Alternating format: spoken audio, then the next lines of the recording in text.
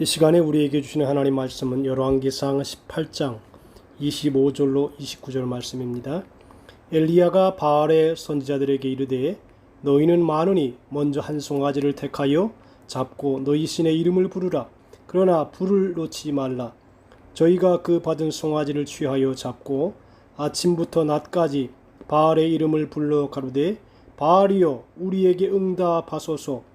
하나 아무 소리도 없고 아무 응답하는 자도 없으므로 저희가 그 쌓은 단 주위에서 뛰놀더라. 오정에 이르러는 엘리야가 저희를 조롱하여 가로되 큰 소리로 부르라. 저는 신인즉 묵상하고 있는지 혹 잠깐 나갔는지 혹 길을 행하는지 혹 잠이 들어서 깨워야 할 것인지 하매 이에 저희가 큰 소리로 부르고 그 규례를 따라 피가 흐르기까지 칼과 창으로 그 몸을 상하게 하더라. 이같이 하여 오정이 지나갔으나 저희가 오히려 진언을 하여 저녁 소재 드릴 때까지 이를지라도 아무 소리도 없고 아무 응답하는 자도 없고 아무 돌아보는 자도 없더라. 아멘. 할렐루야. 이 시간에는 불로서 응답하소서라고 하는 제목으로 하나님의 말씀을 전해드리겠습니다. 호텔이나 관공서를 가보면 마스터 키를 가지고 있는 사람이 있습니다. 이 마스터 키는 어떤 문이든지 다 열고 들어갈 수가 있습니다.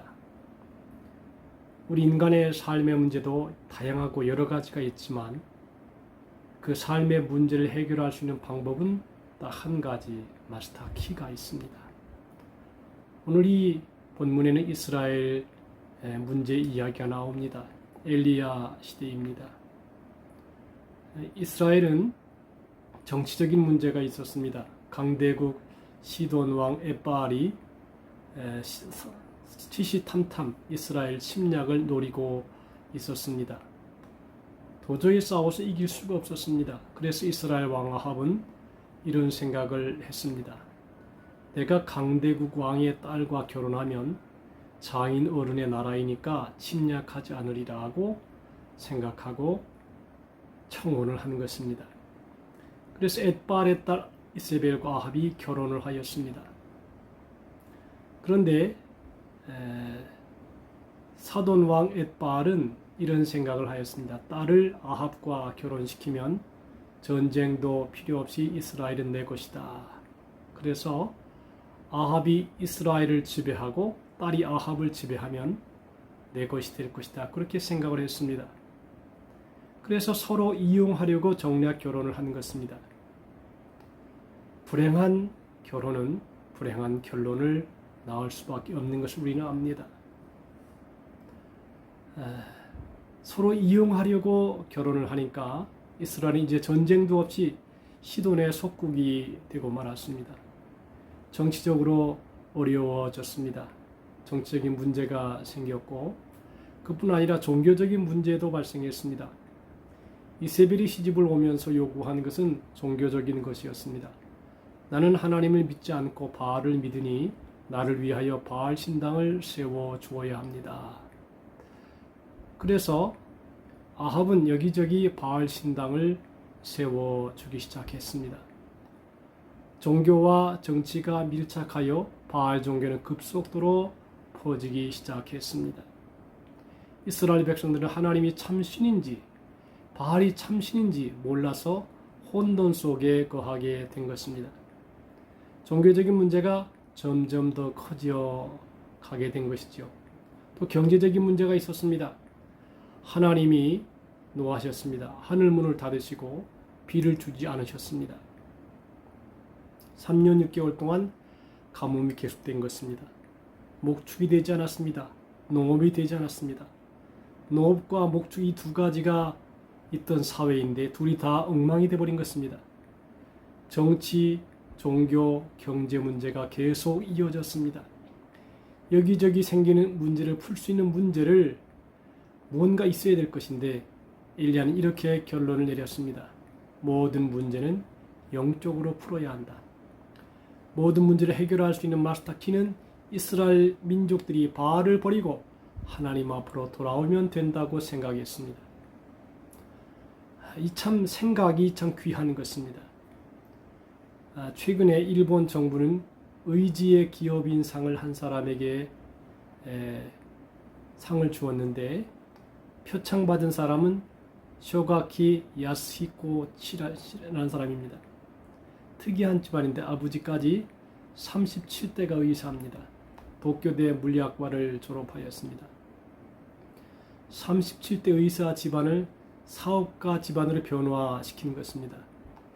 그는 레스토랑을 시도하였습니다. 그러나 그리 쉬운 것이 아니었습니다. 어느 날 술 취한 사람이 난로를 넘어뜨려서 가게가 몽땅 불에 타버리고 말았습니다. 완전히 망하는 것입니다. 야스히코는 스파게티 전문점을 열었습니다. 의욕적으로 일했습니다. 이탈리아로 직접 가서 스파게티 기술을 배우고 왔습니다. 5년 동안 혼신의 힘을 쏟았습니다. 스파게티 맛이 뛰어났다고 합니다. 그러나 생각보다 저조하였습니다. 그는 고민 끝에 중요한 결론을 내렸습니다. 오늘부터 모든 음식값을 절반으로 내립니다. 써서 붙였습니다. 그러자 사업에 불이 붙었습니다. 체인점은 193개로 늘었습니다. 지난해 매출액은 2,400억 원이었다고 합니다. 하루에 7억 원씩 매상을 올리게 되는 것입니다. 사업 성공의 비결을 물으니까 그는 당당하게 도전과 변화입니다. 라고 얘기했습니다. 변화하려는 사람이 변화시킬 수 있습니다. 엘리야는 변화를 시도하였습니다. 결론은 모두 변했습니다. 제일 중요한 문제는 제단의 문제입니다. 제단을 쌓아야 합니다. 무너진 제단 다시 쌓아야 됩니다. 마음의 제단, 신앙의 예배단을 다시 쌓는 것이 바로 우리의 삶의 모든 문제를 해결하는 키가 된다는 것입니다. 엘리야는 바알 선지자들과 일대 대결을 신청했습니다. 갈멜산에 온 민족이 모이고 바알 선지자들과 대결을 하자고 하였습니다. 제단을 쌓고 무너진 제단을 하나 둘 모아 쌓고 송아지를 잡고 기도하여 불이 떨어지는 신이 참 신이 되기로 정하였습니다. 영적 큰 대결입니다. 불이 떨어지지 않으면 그만인 대결이 아니었습니다. 거짓 신을 믿고 있는 것이기에 생명을 내놓아야 하는 도전이었습니다. 엘리야의 도전 목표는 분명하였습니다. 이세벨을 통한 시돈의 속국에서 벗어나고 도전했습니다. 바알 신이 가짜 신임을 증명해내고 이스라엘 백성들을 하나님께로 돌아오게 하려고 도전하였습니다. 3년 6개월 가뭄을 그치게 하고 이스라엘 백성들이 축복을 재창조하려고 도전하는 것입니다. 변화는 도전하는 사람을 통해서 일어난다고 합니다. 엘리야는 지금 민족의 변화, 종교의 변화, 경제의 변화에 도전하고 있었습니다. 축구에서 전반전보다 후반전이 더 중요하다고 합니다. 아무리 전반전에 잘했어도 후반전에 못하면 그 결과는 패배입니다. 아무리 전반전에 실패하였어도 후반전에 승리하면 이길 수 있는 것입니다. 마지막 승리가 참 승리입니다.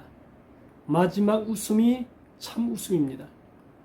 모세는 하기 싫었지만 억지로라도 400년 동안 살아온 땅을 버리고 출애굽하게 하는 데 도전했습니다. 그리고 승리했습니다.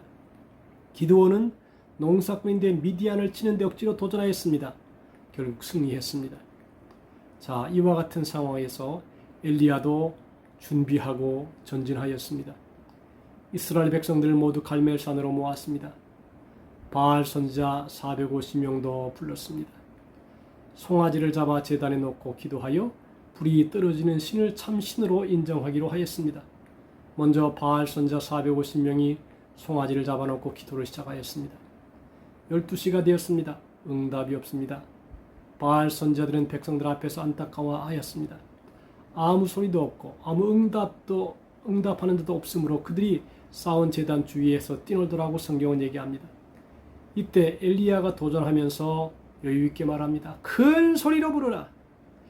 그는 신인즉 묵상하고 있는지, 혹은 그가 잠깐 나갔는지, 혹은 그가 길을 행하는지, 혹은 그가 잠들어 깨워야 한다.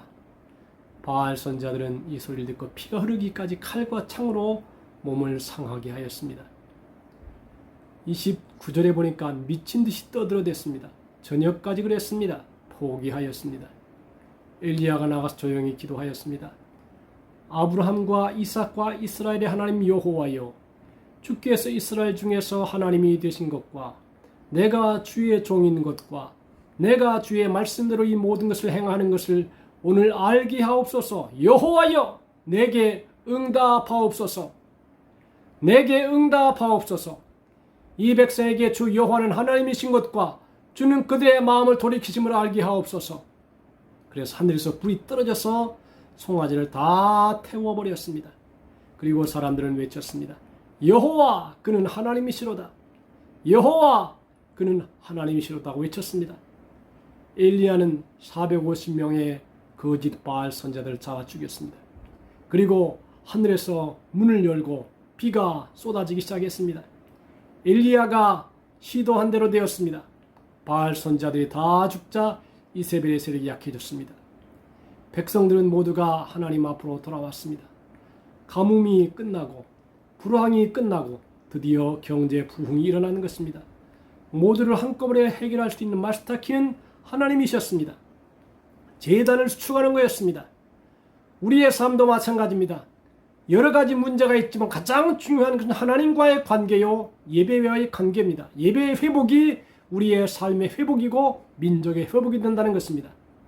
바알 선지자들은 긴장 속에서 당황하며 제단 주위를 뛰어다닙니다. 피가 흐르기까지 칼과 창으로 몸을 상하게 했습니다. 미친 듯이 떠들어댔습니다. 그러나 엘리야는 도전하면서 가만히 기도하였고 하나님의 응답이 이루어졌습니다. 우리가 믿고 믿음으로 나아가면 승리가 반드시 옵니다. 하나님이 뒤에서 배경이 되어주심을 믿는 사람들이 승리할 수 있습니다. 한 처녀의 간증이 있습니다.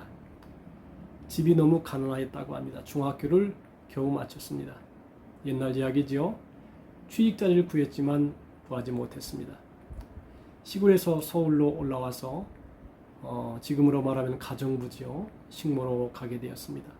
가정부로 살면서도 주인의 허락을 받아 신앙생활을 잘하였다고 합니다.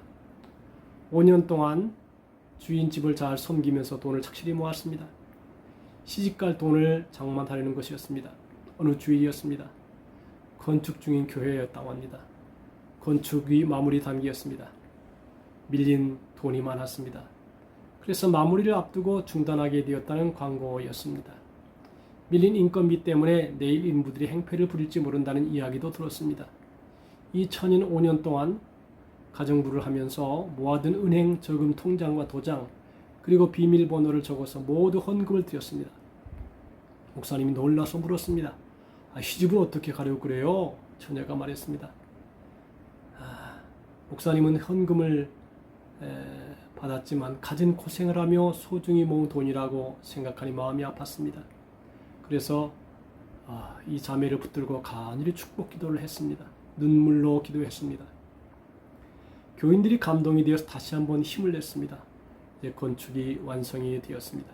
그런데 교회에 큰 사업가가 있었습니다. 장로님이셨습니다. 이 사실을 알고 나니까 교인들 중에서 이 회사의 사장님이 이 소식을 듣고 말했습니다. 무조건 그 자매는 우리 며느리다. 그리고 납치했습니다. 그리고 아들과 결혼을 시켰다고 합니다. 하나님을 믿고 나가는 사람들에게는 놀라운 일이 일어납니다. 믿음으로 행하면 해결책이 생깁니다. 믿음으로 도전하면 일이 성사되고 키는 열리게 되어 있습니다. 그러므로 우리 모두가 이러한 하늘의 응답을 받고 엘리야의 제단에 불로 역사하신 것처럼 우리의 삶 속에 이런 놀라운 기적과 변화가 일어나기를 주님의 이름으로 축복합니다. 기도하십시다. 은혜로우신 하나님 아버지 감사합니다. 우리의 삶의 모든 문제는 영적인 문제인 것을 알고 하나님 앞에 잘못된 것이 무엇인가를 체크하고 하나님께서 내리신 응답의 불을 받아서 평화를 누리고 승리하며 영광을 돌리는 삶을 살게 하여 주옵소서. 오늘 하루의 모든 삶도 주께서 동행하시고 은혜 주시고 승리하기를 원하며 무더위 가운데도 우리 성도들의 건강과 가정과 삶을 지켜 주시옵소서. 예수님의 이름으로 기도하옵나이다. 아멘. 하늘에 계신 우리 아버지여, 이름이 거룩히 여김을 받으시오며 나라의 마옵시며 뜻이 하늘에서 이루는 것 같이 땅에서도 이루어지이다. 오늘날 우리에게 일용할 양식을 주옵시고 우리가 우리에게 죄 지은 자를 사하여 준 것 같이 우리의 죄를 사하여 주옵시고 우리를 시험에 들게 하지 마옵시고 다만 악에서 구하옵소서. 내게 나라와 권세와 영광이 아버지께 영원히 쌓옵나이다. 아멘. 할렐루야. 오늘도 주 안에서 승리하시게 되길 바랍니다.